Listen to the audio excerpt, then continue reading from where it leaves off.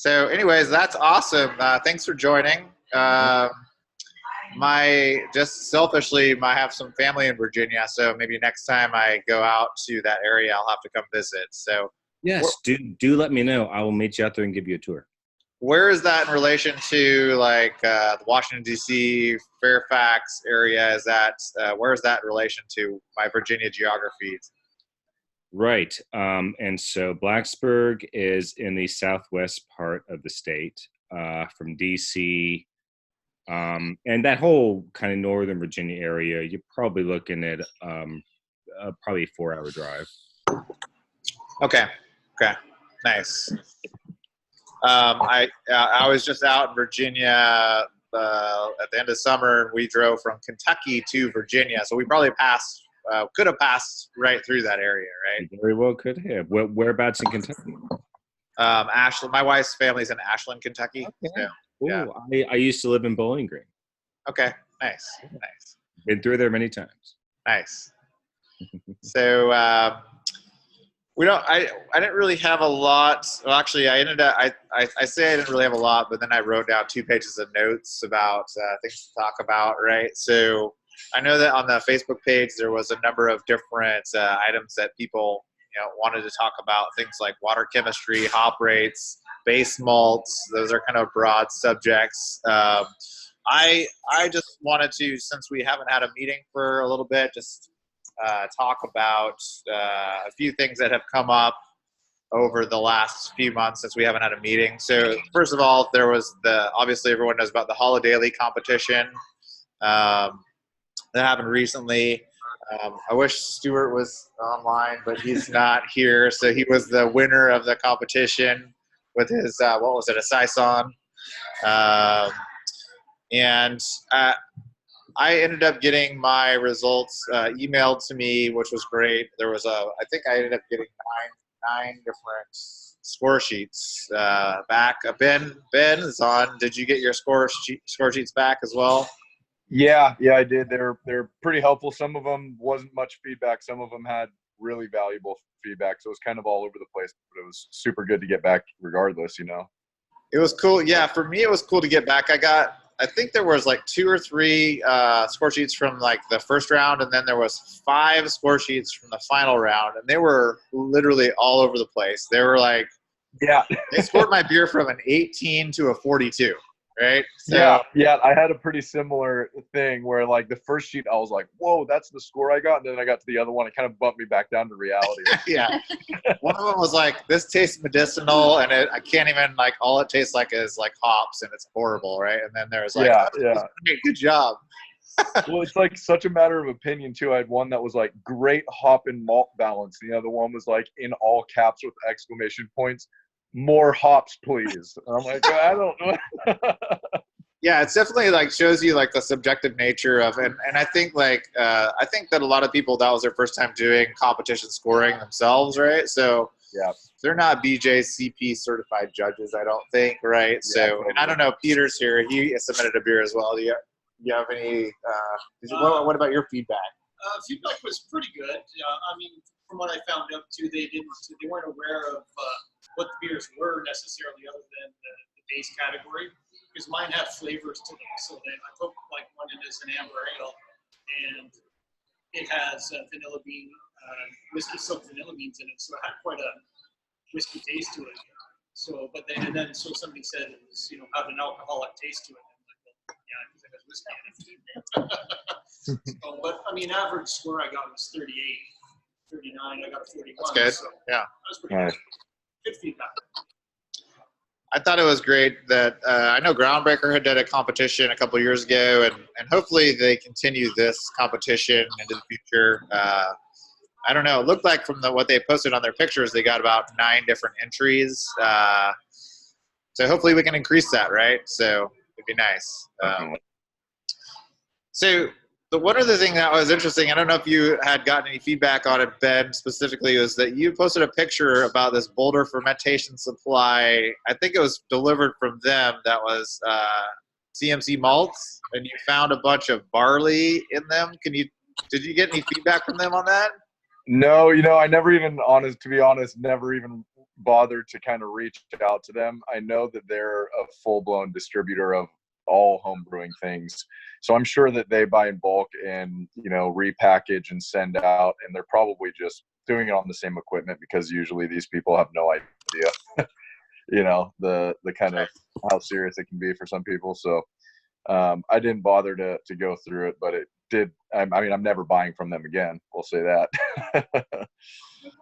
You know. So. Oh yeah. So Boulder Fermentation Supplies. So Dean asked who these people were. So Boulder Fermentation Supply gets their malts from CMC, which is, I think they have separate everything for their malts, right?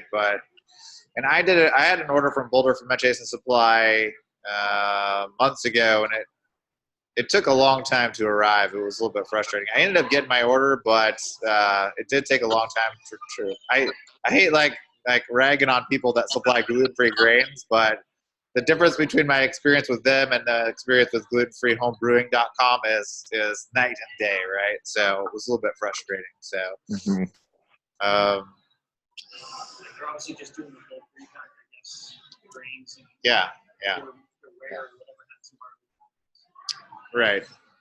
So maybe we can ask, hey John, since you got a new dedicated gluten-free location, where do you guys get your malts, and what kind of, are you mainly focused on millet beers, or what do you usually use as your base malts?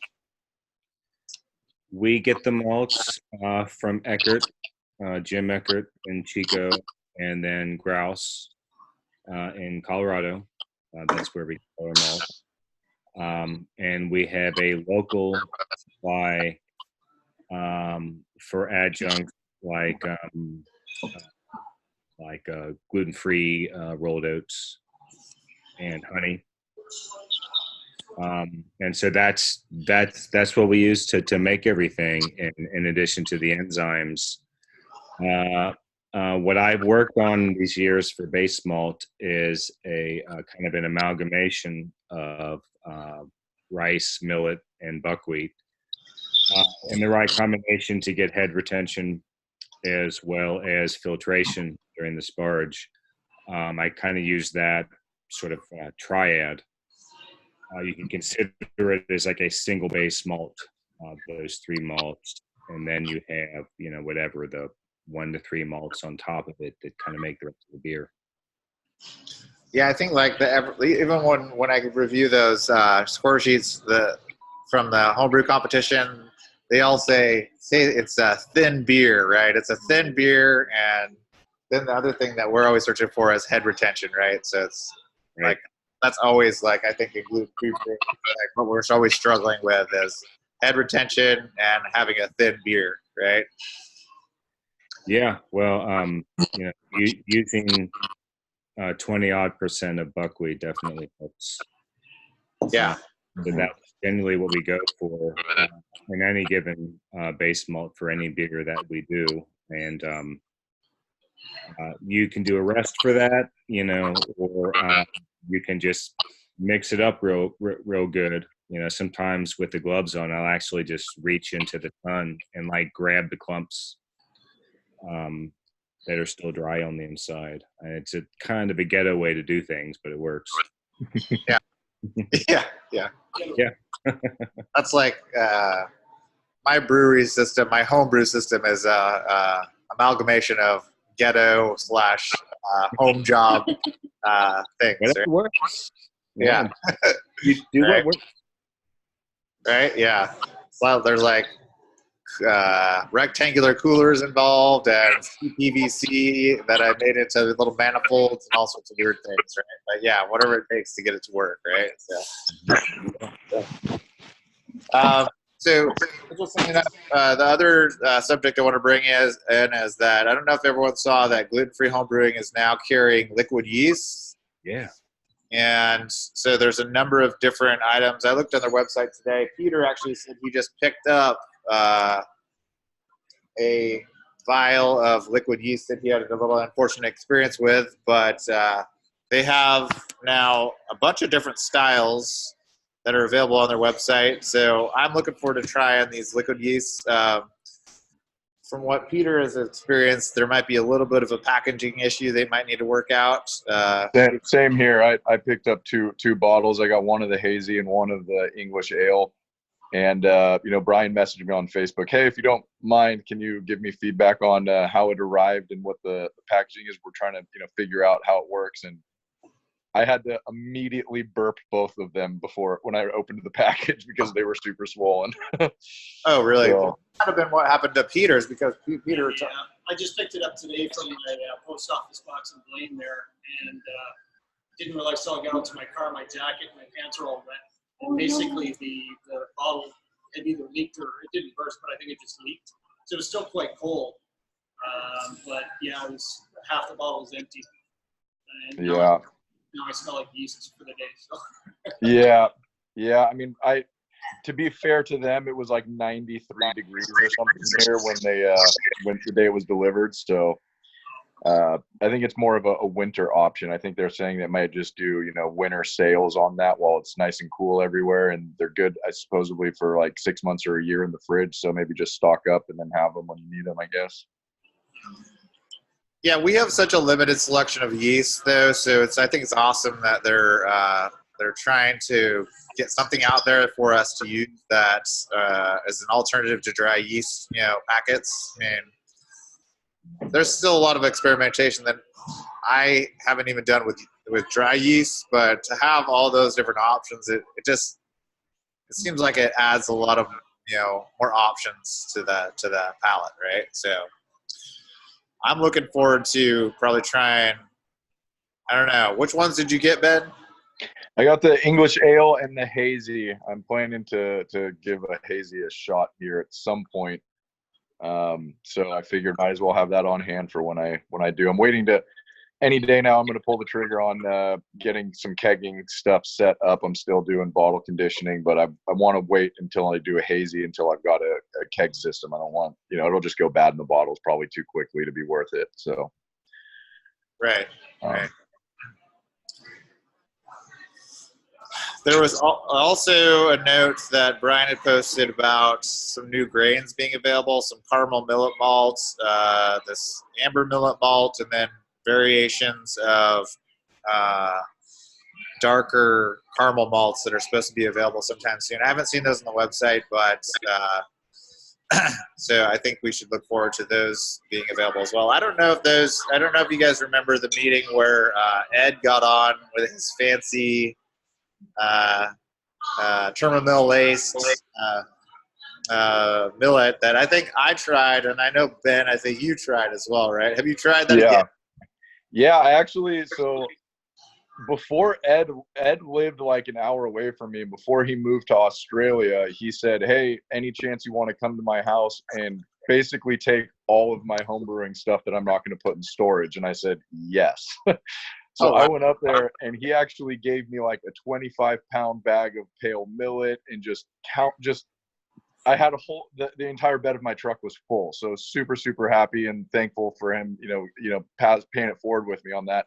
So basically what I'm getting at is I came home with just a plethora of grains and said, well, might as well take a couple pounds of this and turn it into that crystal. So I actually have a bunch in vacuum sealed bags that I just kind of spent a day tinkering around and making it. So now I just have it on hand to use when I want. And I definitely made one beer with far too much of it, and it came out, just way too crazy. But it's nice to have just a small amount. Will go a long way for adding some color in there without having to go something like a dark rice or something with a lot of tannin.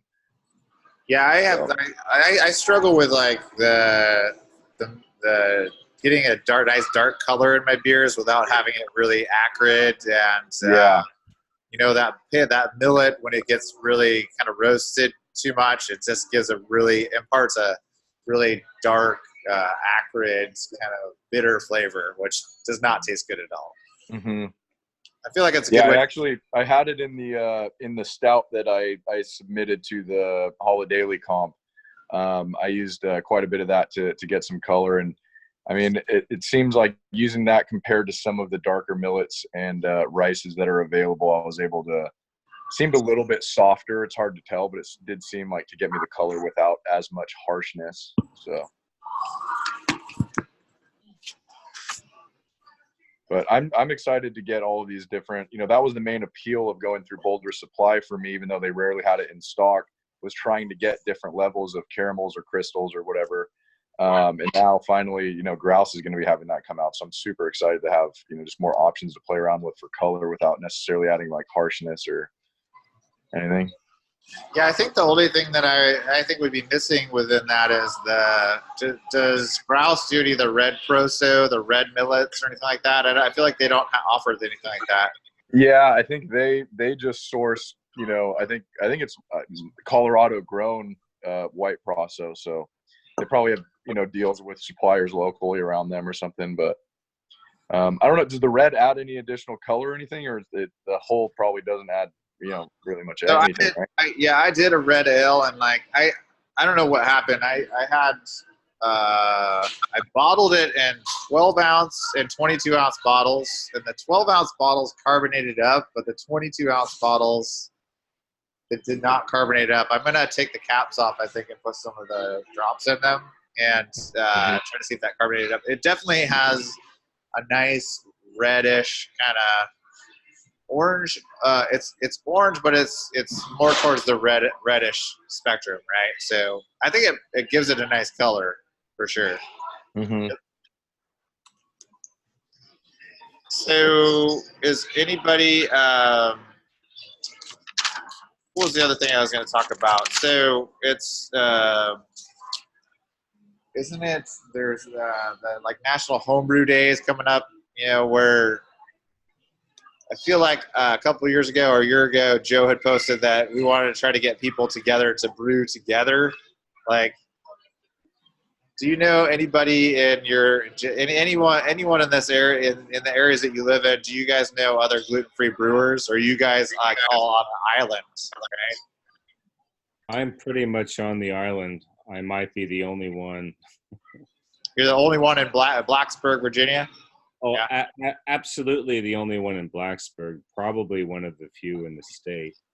I haven't put the call out. But there's another brewery that has posted on our Facebook page that's in Roanoke that does a gluten-free beer, but they're a barley-based operation. I forget that. That's right. That's probably Chaos Mountain. Yeah, Chaos Mountain, exactly. Yeah. They did a nice like a blonde ale this past summer. They do it on their regular barley equipment, and they clean everything. But it's not dedicated. They're a regular barley malt brewery, and there's another brewery in the Richmond area called Ardent that do like small batch gluten-free things in a similar fashion. I've never had their beer. I did have the Chaos Mountain one. Yeah, there aren't a whole lot of us out here, so I'm pretty excited to be bringing it to the community. Yeah, I know when we went to visit, my sister lives in Fairfax and all my family, and like when we went to the stores, I was looking around and I was like, there's nothing here. Yeah. Like, there's nothing. Yeah. So it's a good opportunity for you, right? Yeah, we hope to have distribution throughout the state over the next couple of years, which was one of the original goals of the brewery. Are you going to be bottling or canning?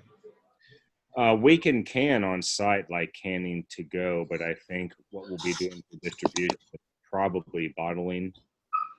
And we've already got the distribution networks from the winery. So hopefully we can use that to our advantage. That's kind of somebody else's to worry about, but I know that's the general plan. That's cool. Nice. Yeah. Now, Trevor, where didn't you move from Oregon? Where are you located now? Do you have any gluten-free brewers that are around you now? None that I'm aware of. I'm now in College Station, Texas. And yeah, near as I can tell, I am the only gluten-free person in the state. That's Texas A&M, right? Yep. Okay. There's got to be kids there that need gluten. There's got to be, but yeah, I haven't found any yet. So that's got to be a culture shock to go from Oregon to Texas, right? Little bit.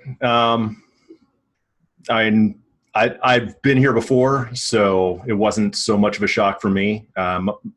My wife was not expecting it as much, so but one cool thing, I'm like a mile from the only homebrew store in the city. Oh, nice. Cool. So Nice. And I mean, as compared to like some of the other folks that on the Facebook page, like if they're in the UK or our friend Peter that's in Hungary, I mean, those guys like don't have anything, right? They don't have any access to grains. They don't have all the beers that are made in like the UK are gluten reduced barley beers with enzymes. So I feel like if I'm in a glass half full mood, that's like we're really lucky to be where we're at, right? Even if we're by ourselves in the middle of Texas. pretty much.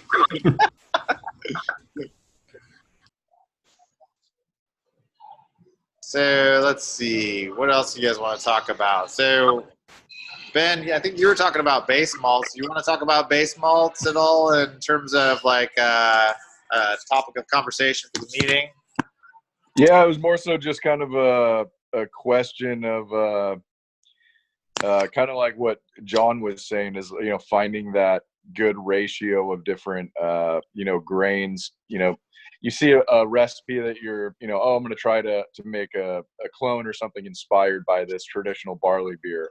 Well, you can't just take those however many pounds of barley and, replace it with pale millet, because you're not going to get the flavor. So you need to have a combination that you use in place of a pale millet in another recipe. So I was just kind of wondering what, people are kind of doing in general, what you guys, have been playing around with and liking to, use as just a general base before you're adding your specialty malt after that. Or if you're just, or it might just be I do something completely different and random every time. I don't know. Just curious what everyone's been doing.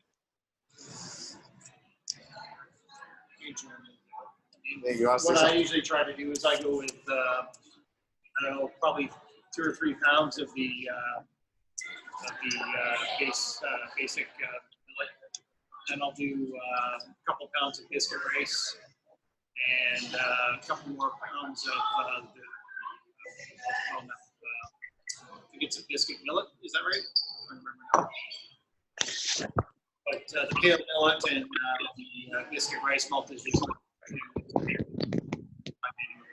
2-3 pounds of each, maybe more, up to 6, depends on the grain. No, you're doing primarily ales, right? Mostly ales, yeah. Ales, yeah. Okay. Yeah, it's the same for me too. Yeah, so I just recently started playing around with that biscuit rice. I really didn't have any before, but some of those grains that I inherited was a few pounds of the biscuit. So I've been liking it so far. I definitely think that's a good way to get some of that extra malt flavor.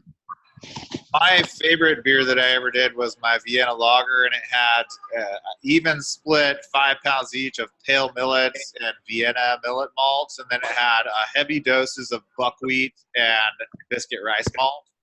Mm-hmm. I agree that biscuit rice malt is pretty solid, and I thought that ended up being a really, really nice beer, right? So you can always, I feel like it's just experimentation, right? You can throw in there. And I think that you definitely want to have some buckwheat in there for like the head retention. I always have buckwheat. Yeah. Yeah, I feel no matter what, there's a percentage of buckwheat in every beer I'm going to make for sure. You got to try to get whatever body and head retention you can. So. I've actually got too much body in the last beer I did. It finished up at 1.023. I mean, it's a quarter, but I couldn't get it lower. I was in the fermenter for 2.5 weeks. I couldn't go any lower. Mm-hmm. What did it start at? 1.6. Yeah. So it's pretty sweet. Yeah, I have 2 beers right now. I was, hoping at some point to ask about this. I have 2 beers going right now. One's a pumpkin ale, and one is an extract, just sorghum, D45 rice syrup, both of them have been fermenting for like 10 days right now, and in the last 5 days I've got like a drop of 5 graph. It gone from 1030 to 1025. I'm like shaking it, cranking up the temperature, doing all this, and I'm like, well, they're completely two different beers. One's all grain, one's extract. Like, what the hell is going on? The only thing I can think of is maybe poor yeast that's been in the fridge too long or something. So, but that's super frustrating. You guys ever have just beers stalling out like that? You know, typically I don't. Yeah, mine tend to go like super quick. Yeah. So unless it's like a really big beer, like where it's gonna end up with a higher final gravity, I feel like that I haven't really had that issue. Like that would be usually they're over attenuating, and then they're so thin, and you're like, no, stop, please stop. Yeah, and you're like, all of a sudden I've got 2 5-gallon batches at the same time, just not going anywhere. And I'm like, God, it's always something, you know. You're like, you shouldn't put the champagne yeast in there. That's the problem, right? Yeah. Yeah, it's a brute. It's a brute. That's what you Yeah. Throw some EC 1118 in there or something. Yeah. Were those batches started with dry yeast?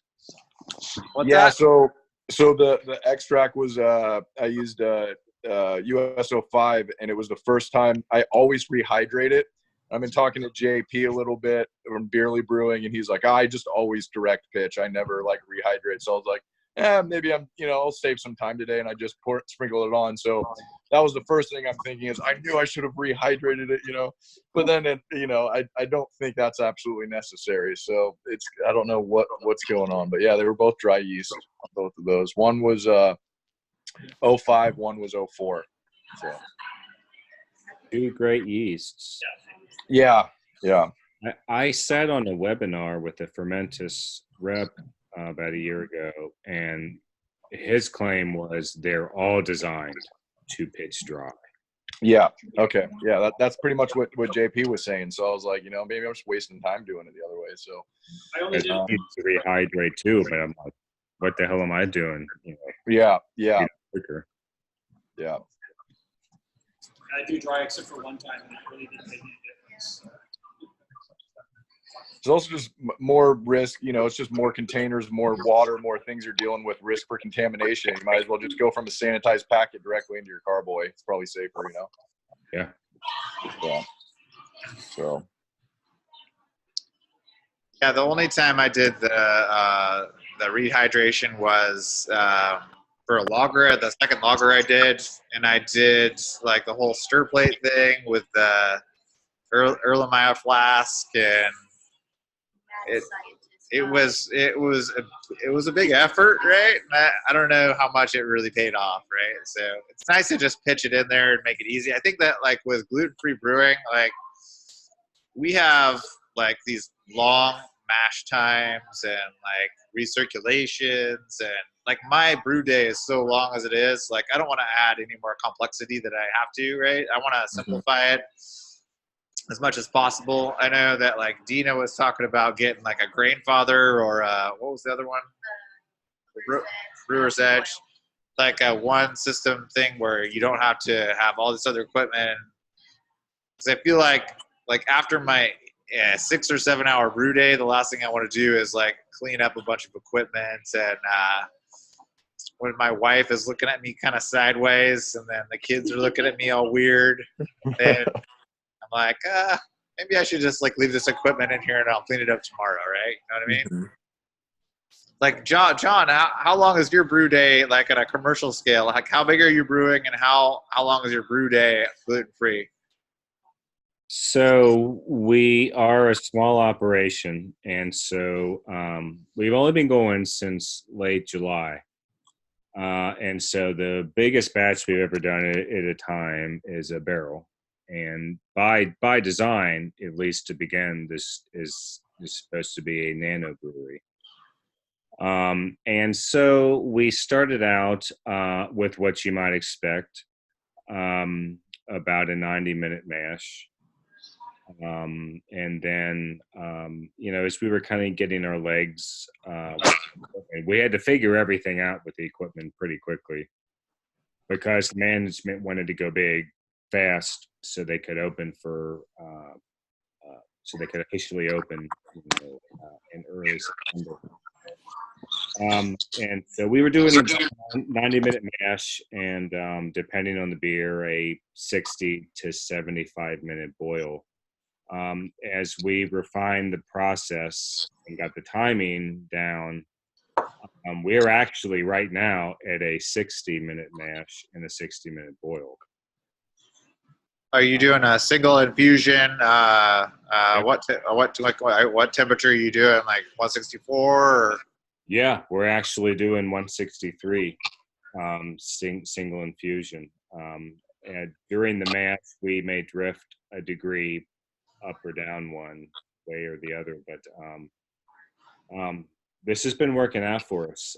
We haven't ruled out doing step mashes, and I've done those at home a lot to good effect. In the situation at the brewery, as you know, time is literally money. And so we've been able to work this single infusion 60-minute mash for our last several batches. And so we're pretty happy about that. And thus far, I've been pretty happy with results. What enzymes are you guys using, if you don't mind? Sure. We started out kind of with what you would expect, the SIVA amyl and the BAL and the amylase from gluten-free home brewing, because we couldn't find any other supplier in quick order to get them.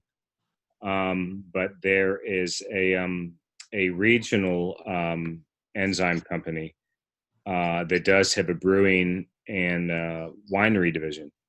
And so they make an amylase enzyme that they sent us a sample of. And then we also use that in concert with a term amyl enzyme, effectively the same thing the gluten-free home brewing uses or sells. And so it's kind of an ongoing experiment, because it's a synergy of the two enzymes that enables us to do this shorter mash than we've been accustomed to. So that's kind of ongoing, but that's what we're using right now, and it seems to be working. And you're seeing like good conversion. Obviously, you're seeing good conversion enough to end their mash time at 60 minutes. And your test, you're doing some sort of iodine test that you were doing before, and that's awesome. Yeah. All of the above, and I'm really fortunate to have an assistant brewer who's a chemist. And so he's doing this like every 10 minutes. Now, are you guys doing all grain everything, or are you guys doing sorghum beers? All grain everything, with the exception of honey. When we started out, we did keep honey in reserve for a little bit of an extra fermentable as needed. Once again, just getting our legs with the equipment. We haven't used it again lately, but I can see us doing it again at the top of the boil, just for economic reasons as an extra fermentable. But other than grain, that's the only other thing we've been using. Yeah, I feel like that a lot of breweries that are gluten-free do a lot of sorghum beers because it's so cost-effective, and like the breweries like Holidaily, I think, does only all grain, but they sell like a 4-pack for, I don't know, it's pretty expensive, right? So it's A lot of them will use rice syrup too. rice syrup, yeah. So there's it seems like that a lot of the breweries can't do what we do on a homebrew scale because they're thinking of the financial aspects being such that it is someone's not going to buy it or it's not profitable, right? So Right. I'm sure you've had those conversations, right? Absolutely, we have. One advantage that we have at Bellevue is that they already have a successful winery. They have wine clubs and they have subscriptions. They sell wine all over the country and ship it. And so, at least as we've opened this brewery, it's a cost that they've been able to kind of absorb. Over the long term, I think what we're looking at is really working with the enzymes in the malt bill to make it more cost effective. And again, maybe using an extra, more affordable fermentable like honey to augment the grain bills to make it more affordable. Right now we're kind of in that honeymoon phase at the beginning where people are liking the beers and they can't believe they're gluten free, and we can kind of spend this money up front. But as time goes on, I do think we're going to have to look at cost effective measures, because that's just the reality of the gluten free fermentables right now, especially if you want to go all grain. Short of growing and malting our own grains, which could be pretty cool, but that's like a whole other. Well, you have like a bunch of grapes, right? You could just get rid of some of those grapes and then plant some millet there instead, right? Yeah, there's been some talk about that, but that's that's kind of a whole other division you have to open. Yeah, I think that like one of the limiting factors overall is that our whole our whole brewing methodology is basically limited to a couple of different malt houses that brew gluten-free. And other than Eckert, they're all located on the Front Range of Colorado, right? So if those businesses didn't exist, then our whole industry wouldn't exist. I don't feel like, right? So we would be, we would really be kind of screwed.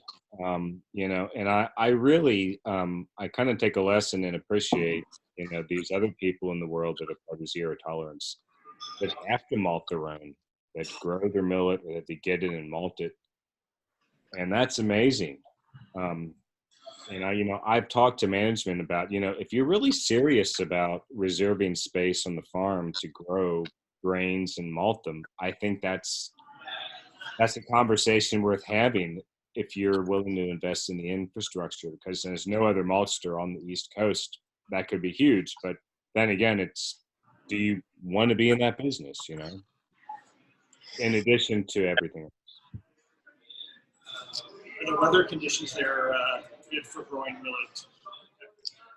I'm assuming you would need certain conditions, long summers, or I'm not sure. We could definitely grow millet. We could grow buckwheat for sure. Probably not rice. We could grow sorghum if we wanted. If we actually wanted to malt sorghum. I'm not sure what the results of that would be. I've actually used sorghum that's effectively malted in like cereal mixes just to see what happened in home brews. And it's effectively the same result in terms of the flavor profile.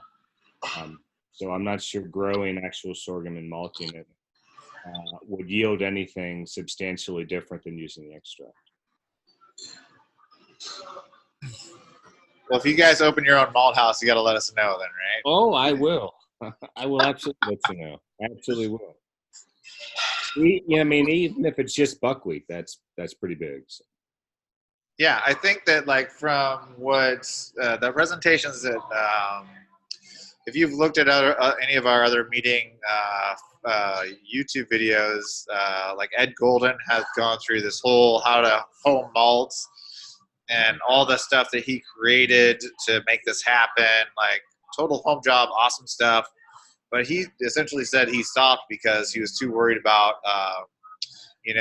the grains getting contaminated with funguses and things like that and molds. And he was like, well, these people are already doing it. I'll just, I'm not going to speak for Ed, but he stopped doing it because of those issues, right? So that's a big, big concern if you're new to the malting grains business, right? Yeah. Yeah. So is anyone going to do like a National Homebrew Day? It's in November, so it's coming up. So grab your nearest gluten-free home brewer. And this is for everyone that watches this video later on, because we got some people that are out in the middle of nowhere, right? But if there's any opportunity to get together with other people, I know the problem with a lot of times with this group, it's hard because everyone is so disparate throughout the world or the country. And it's nice when Dina and Peter show up at Ghost Fish, or we usually get a good crowd when Joe's at Groundbreaker. And I think this is kind of like Pacific Northwest is kind of a hotbed for this kind of stuff. But a lot of other areas of the country, I think that if you're a gluten-free brewer, then you kind of feel like isolated, right? You don't have a lot of opportunity to get together with other people that brew beer or anything like that, right? So if you get that opportunity, I think you got to take that. Even though I feel like a lot of times my brewing is like usually kind of like a solitary thing, right? You know, it's like I don't want other people messing with my stuff, you know? But sometimes I'd be like, oh man, it'd be nice if you like could do this, you know, have another helper with you, right? You know what I mean? Yeah. Like There's a lot of downtime during brewing that it's nice to have someone to talk to. Yeah, exactly, right? Yeah. There's like, if you're doing a, you know, some of the, if you're going by some of the guidance out there, you're doing a couple 2-hour mashes, right? That's a lot of downtime, right? Like, I don't know if anyone does 2-hour mashes, but I do not. That's crazy. That's way too long for me.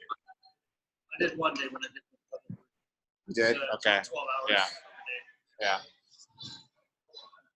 So maybe I'll have to like go up to Canada to do like a brew invasion. I need to, you know what I need to do? I need to go to Canada just to get Stuart's Saison. So anyways, I don't have any other topics specific. I know that you had thrown out water chemistry and hop rates. Do you guys want to talk about those at all? So I was just wondering, you know, there's different stuff all over online and everything like that. Anybody who is doing, you know, altering their water chemistry, are you, you know, I use Beersmith, so I figure it out that way. And then it says total water needed for your brew day is, you know, 8.5 gallons or whatever it is. Are you treating that whole amount of water that you're using for your sparge and for your, you know, top off and all of your things? Or are you just, you know, trying to modify it for your mash? You know, pH reasons, or how are you guys doing it? Well, so from the start, Ben, talk to us about how did you know what is in your water to begin with? Did you do a Ward Labs test to get your? So yeah, I did a Ward Labs test from. I recently moved and I haven't done it at the new place I'm living. It's a different water supply here. But the first place when I first got into it, I was using, you know, filtered tap water and using that as the base profile based on what Ward Labs reported.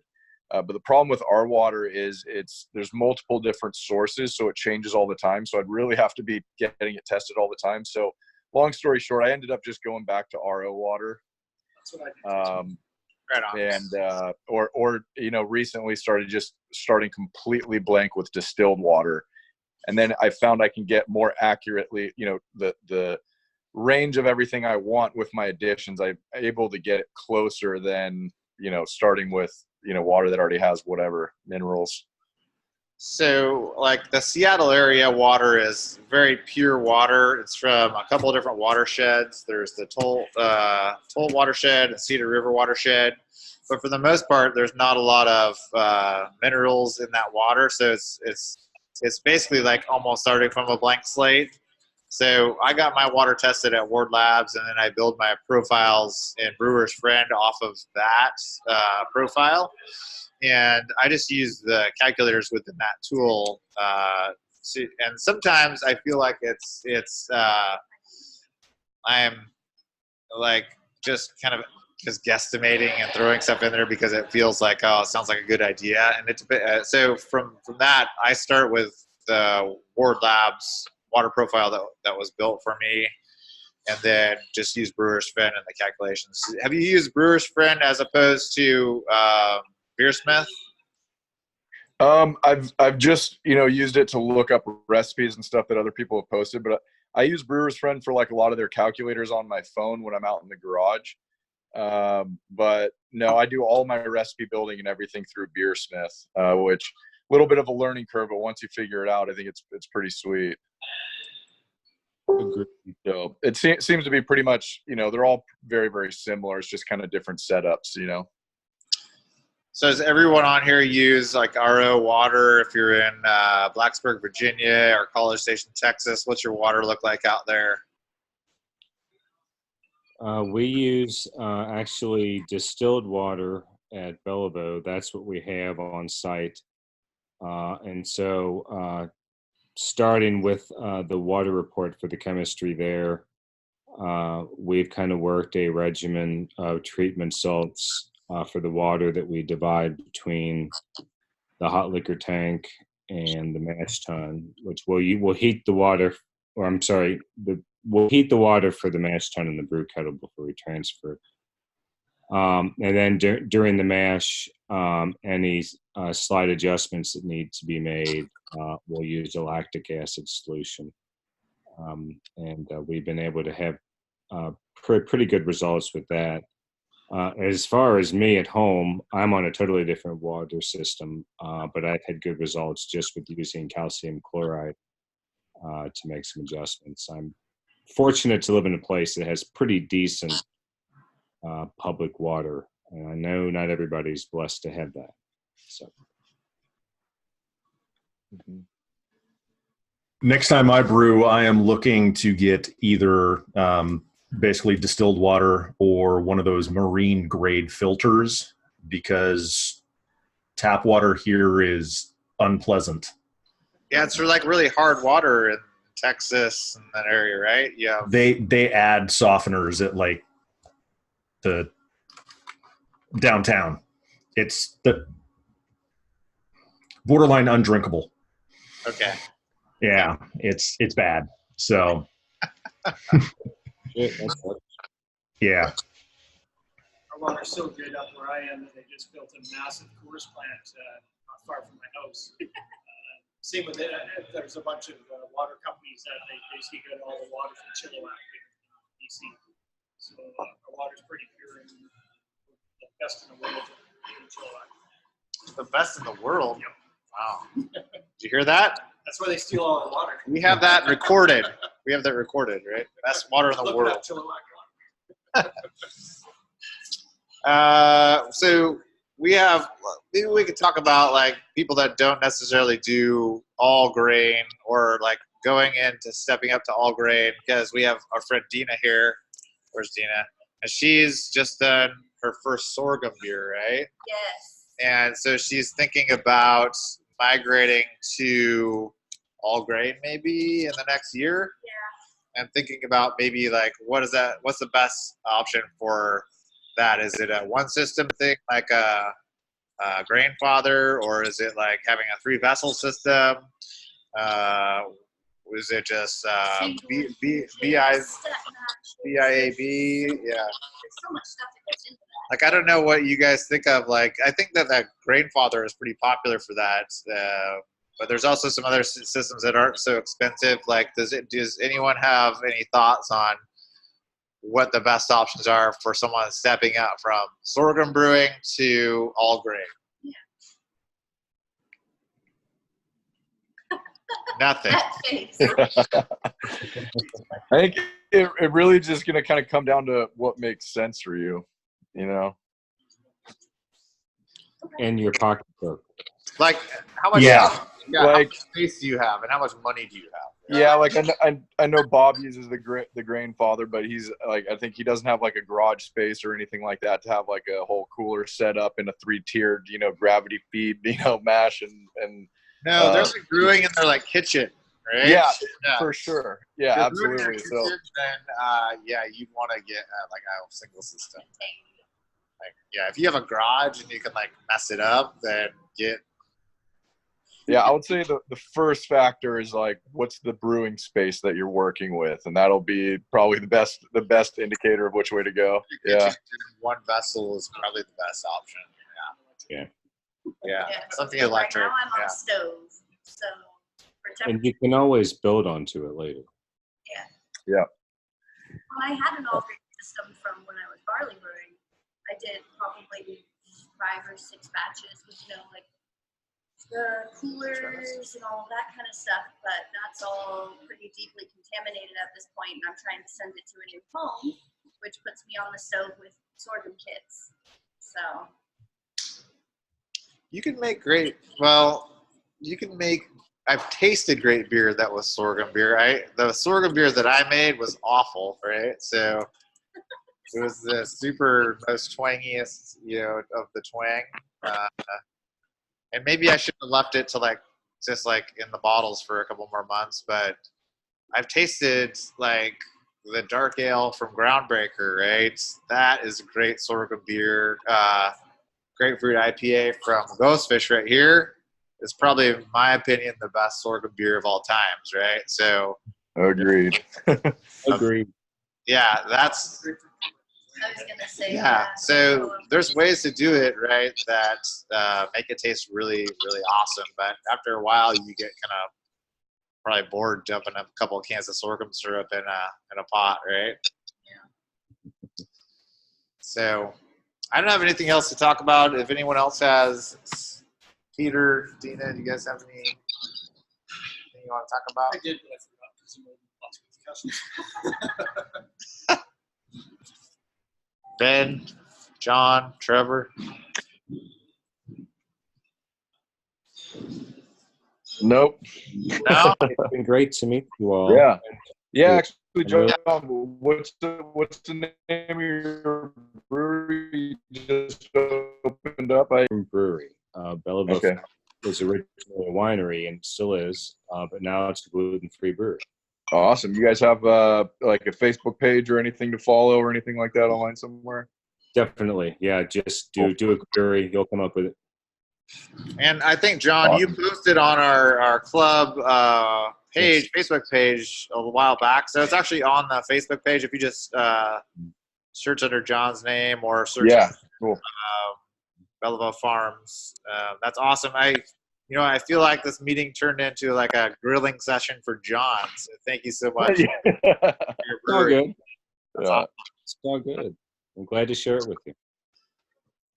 So, all right. Well, thanks for everyone for joining. I think we can probably end it there, and then we'll just get back together next month in a to be determined time frame. I know that it's right around Thanksgiving, so it's probably going to be tough for people, but we'll have to work it out with Joe and the rest of the crew to see if we can work out a time that works for everyone. Right on. Sounds good. Cheers, guys. Yeah. Have a Good to great see you rest guys of your again. day. Take care. Yep. See ya. Bye. See ya.